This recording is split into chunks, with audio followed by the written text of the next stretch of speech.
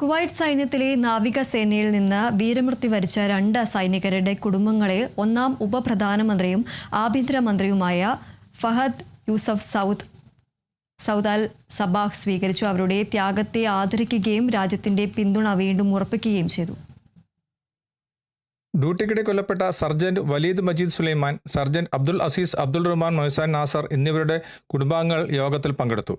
സൈനികരുടെ രാജ്യത്തിനായുള്ള സമർപ്പണത്തെയും സേവനത്തെയും അംഗീകരിച്ചുകൊണ്ട് his highness Mishal അൽ അഹമ്മദ് അൽ Jaber അൽ സബയുടെയും his highness Saba Khalid അൽ അഹമ്മദ് അൽ സബയുടെയും നന്ദിയും അനുശോചനവും ഷെയ്ഖ് ഫഹദ് അറിയിച്ചു. അവരുടെ ത്യാഗങ്ങൾ ദേശീയ അഭിമാനത്തിന്റെയും സമർപ്പണത്തിന്റെയും ശാശ്വത പ്രതീകമായി നിലനിൽക്കുന്നുവെന്ന് അദ്ദേഹം ഊന്നി പറഞ്ഞു.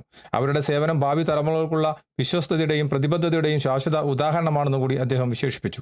നേതൃത്വവും ജനങ്ങളും തമ്മിലുള്ള ശക്തമായ ബന്ധത്തിന്റെ പ്രതിഫലമാണിതെന്നും തങ്ങളുടെ മക്കളെ ത്യാഗത്തിനുള്ള അംഗീകാരത്തിന് നന്ദിയുണ്ടെന്നും കുടുംബാംഗങ്ങൾ അറിയിച്ചു.